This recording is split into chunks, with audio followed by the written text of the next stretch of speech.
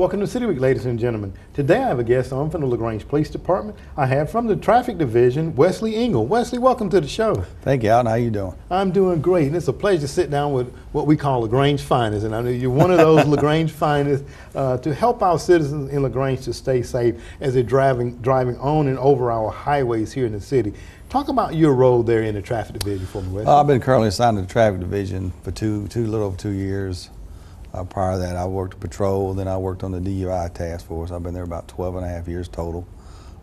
We average about, even for the small town LaGrange, we average about 200 wrecks a month. Oh Lord, that's too many, isn't it? Yes, sir. And we're trying to reduce that to try to let people know some of the driving habits that they get into could help them from possibly being involved in a wreck. Like one of the major problems we're having right now is blocking the intersection. Now let me ask you, because I see that happening so many times now in our city. You're going to talk about that, and are there penalties for doing it? Talk about that for us. It is. It's average about $100 fine. Okay. Just because the light's green, you can't proceed in the middle of the intersection and not be able to go through the intersection. And a lot of people think because the light is green, they can actually proceed, and then what normally happens is the light changes. So then in turn it goes to yellow and it goes to red. You're either blocking the roadway, or then like most situations, they either sit there and don't run the traffic light, or if they run the traffic light, they're possibly increasing their chances of an accident. But then when you block that intersection roadway and other cars can't get around, you start creating a traffic problem at the other end because the lights go in a sequence, and when it doesn't follow in that sequence, it just keeps building up further and further in the traffic. And if somebody's not paying attention that you're blocking the intersection, they just see the light turn and change and end up having to wreck, then you're going to be at fault for blocking the intersection as a main contributing factor. Absolutely. And I noticed a lot of the intersections have do not block the intersection. They do. You know, signage on the light that you can see it there. You know, I was in the downtown area one afternoon, headed down to the gym there, and there was a semi-truck stretched out across Vernon and Bull Street there, you know, and the light had changed and nobody could move because he was blocking both lanes. Absolutely. And sometimes you'll see the cars blocking. Some of the cars are managed to get through it, and if they have a wreck and clip your car, you're going to be at fault because the wreck would not have happened if you weren't blocking the intersection. That's why I try to explain to people, just because it's green, you got to actually proceed through the intersection. And you see a lot of cars that run a yellow light, which is against the law to enter to. In any intersection, you can't exit. Right. The yellow doesn't mean speed up, or it means prepare to stop. That your green movement, it gives a sequence for you to prepare yourself to stop before it goes red. Because the lights are in sequence. And one of the biggest problems we have blocking intersections is around the square, like you were talking about, Bull Street, Main Street, South Greenwood, South Lewis, North Lewis, and all of it's on Vernon, which I'm aware that, you know, it goes from a 4-lane to a lane back to a 4-lane. Right. But that's due to the fact we got a lot of the businesses and stuff, and you just have to be a little patient, slow down, and increase your following distance, which that causes a lot of wrecks too, following too closely. And so I tell people, especially when it's raining, if you turn your headlights on, you know, a lot of people say, well, I got on the delay switch. Well, that delay switch don't work until it's nighttime. But a lot of people think that because it's on the delay switch, it's going to work with the windshield wipers during the day. I always tell people, you know, it is a law that you actually turn your headlights on when you're using your windshield wipers, and a lot of it is for your safety. Because you know, like we have a lot of big trucks that come down Vernon Road, the Parkway, and Hamilton Road, and New Franklin Road. Well, if you got your headlights on, they're way up, you know, they're throwing all that water out. They can actually increase your visibility where it might prevent that truck from coming over in your lane, or they'd be able to see you better, or even when a car is turning left or right, they can see you, because especially with fog out there too, you need to have your headlights on. You know, a lot of the cars have fog lights and some of them don't. Right.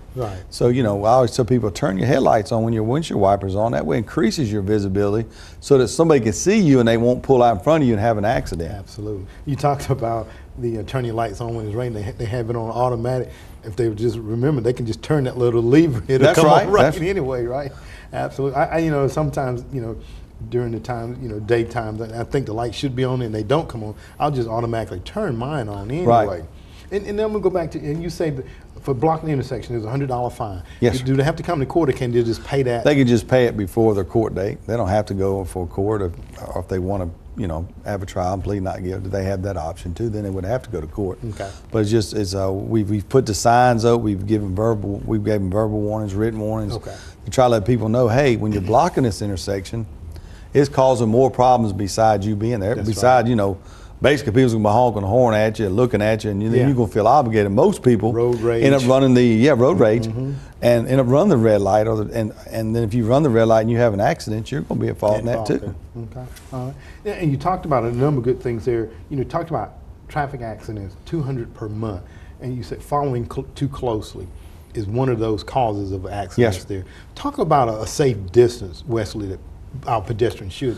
You should depend on the speed. You should be at least around 3 seconds, 4 seconds behind them. And it also depends on if you got, like we've been having a lot of ice storms lately, and a lot of people tend to get, when you got an ice storm like that, you need to increase your following distance. You need to slow down, because a lot of times unless somebody calls in about a bridge, which your bridges freeze quicker than your roads do. And like when we first had the first ice storm, we had a lot of wrecks on the bridges before the roads started freezing. A lot of times the city workers know about it, but because they're all out, trying to get all the intersection, all the roads are making a route and trying to get around. And you need to increase your following distance there. You need to slow down, because you can be charged for too fast for conditions, which is the conditions of the roadway. We had several wrecks during that ice storm due to the fact people following too closely, too fast for conditions.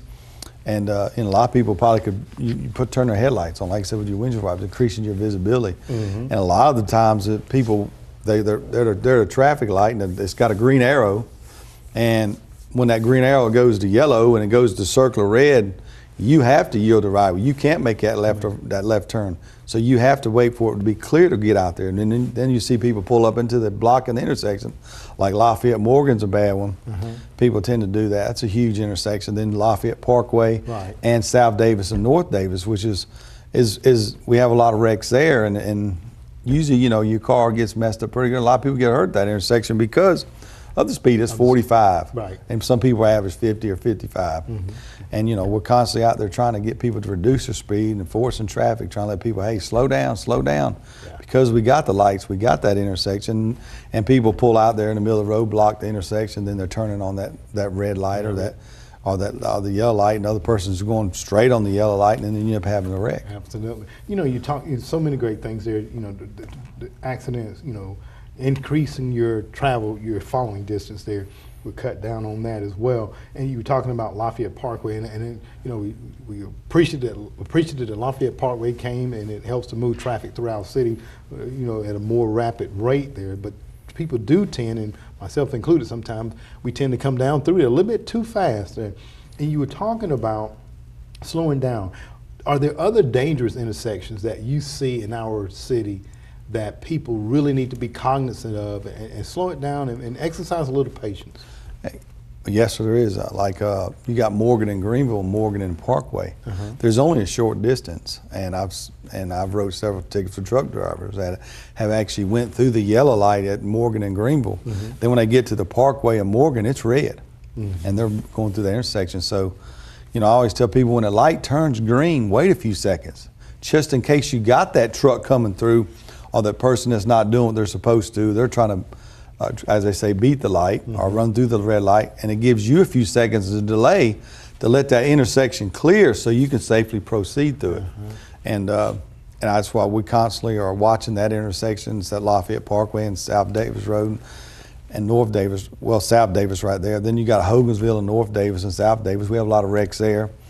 Especially when they're coming, they're traveling westbound on the Hogansville Road and making that right to yield onto the Davis Road. And a lot of people don't realize is they have to yield there to the oncoming traffic that's going through there. And sometimes a lot of the wrecks are following too close right there because they're assuming that person's going to take off, but they're actually slowing down to safely enter into traffic, and that person hits them in the rear. And a lot of times, most of our wrecks are due to failure to yield right away at a traffic light or a stop sign. You can stop at that stop sign, and if you see somebody with a turning signal on, you can't rely on that turn signal, because how many times do you see people leave one on and forget it on? Absolutely. Which your newer cars kind of turn it off for you a little bit, but if you get in the habit of relying on her, some people think they're going to turn there. That's right. And they might change their mind because maybe traffic's backed up, or they say, I don't need to go that way, I know another way, or quicker way, or shorter way. And they might proceed straight, or they might just left it on and didn't intend to hit it, fooling with the wipers or the radio or something. Then you're pulling out. They have the right of way because you're pulling out oncoming traffic. That's right. And then we do have some where they're leaving a private driveway.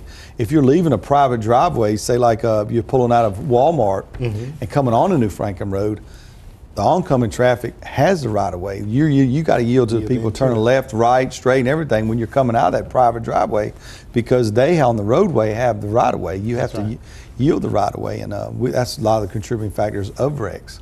Okay. Let me ask you, as we get ready to close up here, because I some mornings I come a certain way and I approach a four-way intersection. And I know in our traffic book it talks about if cars come there together, who's supposed to have the right of way. Talk about that four-way intersection, Wesley, as we get ready to close up. When you come to the four-way intersection, you want the person to your right has a right of way. Very seldom you're going to have all four come there at the same time. And like I said, some people might be at the four-way stop sign, like we're talking about, have their turning signal, make a left, and you're thinking that you can go because they're making a right and you're going straight and they're making a left. And a lot of times they might not be turning that way. They just might have hit their turning signal or left it on, and they're actually proceeding straight, or they don't use their turning signal. Right. So you always want to make sure when you come there, you yield the right of way to that person at the four-way intersection. And a lot of times people, like when our lights go out, like we have with the storm, we had a lot of power going out and stuff, and the lights are starting to blink. People realize a blinking yellow light means to approach with caution. Like we got the one right there by City Hall. A lot of people come to the yellow blinking light and they stop. Right. Which, if you're going on Ridley, it's a blinking yellow light. You just need to proceed with caution.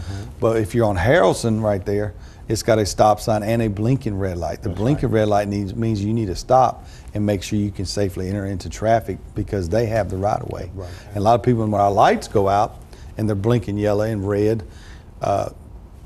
you need to go with whatever's on. If it's blinking yellow, proceed with caution. It's blinking red, stop. But if they completely go out, you need to treat that intersection like a four-way stop.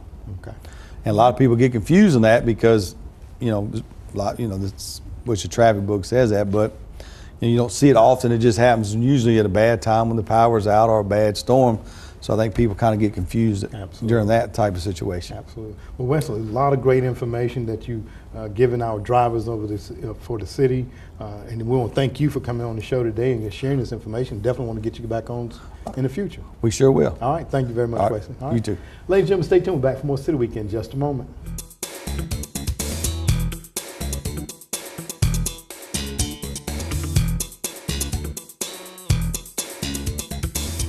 Welcome back to City Week, ladies and gentlemen. Now I have guests on that will be talking about an upcoming event that everybody can get involved with. That will be in first annual 5K walk. I have on from West Georgia Health, Linda Mack, who's president of the Lions Club, and also Calvin Willis, a board member of the Lions Club. Welcome both of you all to the show. Thank you very much. Well, it's a pleasure to sit down and talk about an event that everybody can get involved with, and it is healthy, maybe a little fee, but it's for a good cause. Linda, talk a little bit about, because you're also not only president of the Lions Club, talk a little bit about the Lions Club, and then we'll ask you a few other questions about your role as a dietitian. Okay. The Lions Club focuses on vision conservation, sight conservation. And because of that, I, as a diabetes educator and a dietitian, and therefore very interested in helping people with diabetes, wanted to become involved with the Lions Club so that I could involve them in some local projects to help conserve the sight of people who have diabetes. The Lions Club, because of their interest in sight, also then expanded their focus to diabetes, because diabetes is one of the leading causes of blindness in this country. So it was sort of a very natural fit for me. Absolutely. And then being president, they probably couldn't tell you no, right? Well, that was one of the reasons that I accepted the opportunity to be president. Absolutely. Well, it sounds like a wonderful event that's coming up. And I want to ask Kelvin, because Kelvin, you're a board member with the Lions Club. Talk about being a board member, and I think it was kind of one of your visions that kind of brought this to fruition here, correct? Linda's leadership and then the guidance from the international both added impetus to us becoming involved in diabetes prevention and education, and then that naturally ties into obesity and the obesity's effect on diabetic conditions. So it was both local and national. Absolutely. And you know, you talked about obesity. I was listening on the radio this morning. I think Georgia, the state of Georgia, the obesity rate is a little bit higher than the national rate. And that's kind of alarming, you know, and I think it goes back to the supersizing everything. You know, we could kind of probably eat smaller portions. And that's why I want to jump over to you, Linda, because you being a dietitian and talking about obesity and things like that, give us some couple of tips that people can do as far as helping themselves understand what they eat can affect their diabetes. Well, it not only affects diabetes, but it affects overall health. The reason that we're focusing on obesity as well as diabetes is that obesity is really kind of the gateway disease for diabetes, for heart disease, and for a lot of different types of cancers, as well as arthritis and some other of the autoimmune and inflammatory issues. So years and years and years ago, back when even before I got into dietetics, which was way long time ago, there was a book out called You Are What You Eat, and it is true. What we eat does certainly affect our health status. And when you look at the types of foods that we're eating now, the highly processed foods, the high-fat foods, the high-sodium foods, that is not going to give us the type of fuel and nutrients that we need in order to be our best.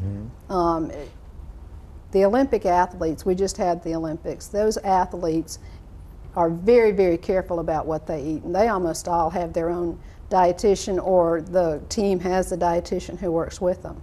As a diabetes educator and as a dietitian working with people with diabetes, we don't go, oh, here's your diet, follow this, because nobody is the same. We sit down with the individual and develop an individualized meal plan that will help that person achieve the best for whatever their health status needs to be.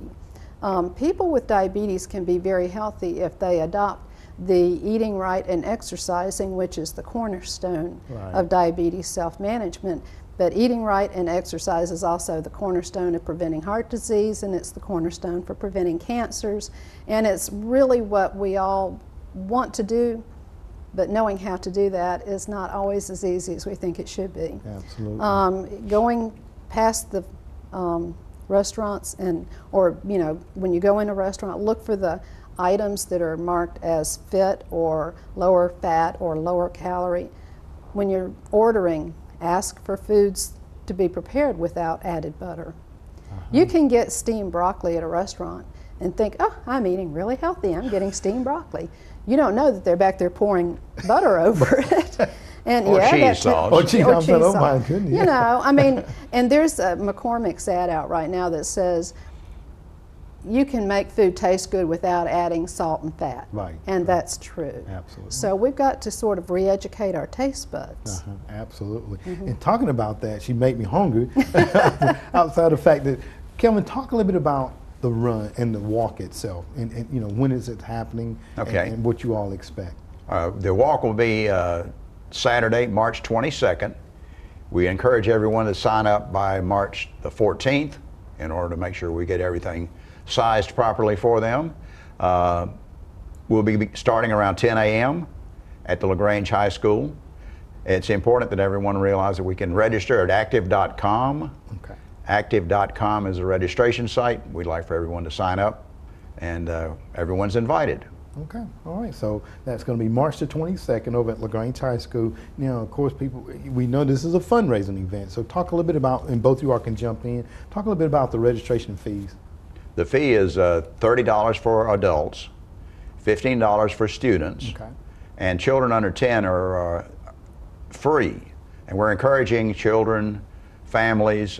We'd certainly like to have everyone bring out their pets, get them involved in the event, get them a little exercise, and help the community in the same time. Absolutely. The funds raised here are going towards many local projects that are associated with diabetes education, obesity prevention, as well as eyesight conservation and eyesight improvements through a glasses issuance program that we have. Okay. Good. All of the money, and that's a very good point, all of the money that is raised from this will be used locally. None of it will be sent out of the city or this county of Troup County or LaGrange.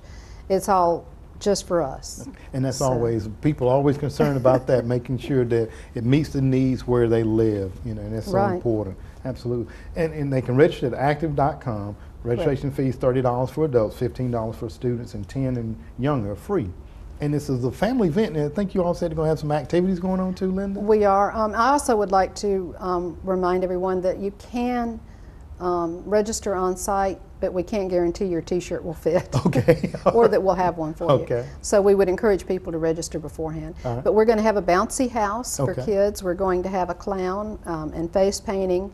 We want this to be a fun family affair. We want people to come out as a family, as individuals, as teams, groups of people, coworkers perhaps, who want to come out and have a good time being physically active, learning a little bit about a healthier lifestyle, and just laughing is also very important for good health. So we want people to come out and have fun. Absolutely. You know, I always tell my friends sometimes, laughter is like a good medicine. It is, yes. You know, you have to take a good dose of it every now and then to That's keep right. yourself feeling healthy, you know. And a fun event, now would you being there too, Linda, I'm going to assume there would be someone there maybe with a booth set up talking about how to eat healthier, you know, especially as it relates to diabetes and sight conservation. Would there be a booth of that nature set up? We will have several exhibits set up with different aspects of health that we will be providing information for. We, as a Lions Club, actually has some brochures that are, we have a bookmark that shows what to do to control diabetes if you have it, also how to recognize if you may be at risk for it. Okay. We have a brochure on how to prevent it. So we do have those types of information. We have information on the obesity epidemic, and you're right, we are at high risk here. We're also at higher risk here with diabetes. We have a much higher than national average risk number of people with diabetes in our community. And that's unfortunate. Yes, it is. This is not where we want to be number Absolutely. one. We want to be number 50 on That's that right, list. absolutely. Well, Kelvin, if you don't mind, talk a little bit about, we talked about where and when, talk a little bit about the route, because I know people always like to know where they're going to be going. Talk a little bit about the route that you all have laid out for the walk. Okay, we've laid out a 5K route through what we refer to as the flower streets. They're adjoining the area of LaGrange High, and we're hoping we'll have minimum impact on the local neighborhood, and we'll hope everybody's going to enjoy the view. We're looking for a great day, nice weather, and the Lions Club, the West Georgia Health, we appreciate the opportunity to be on today. Okay, well, very good. Now, you mentioned something else, Larry. Kelvin, you said nice weather. Just in the event of rain, is there a rain day, or what's the plan?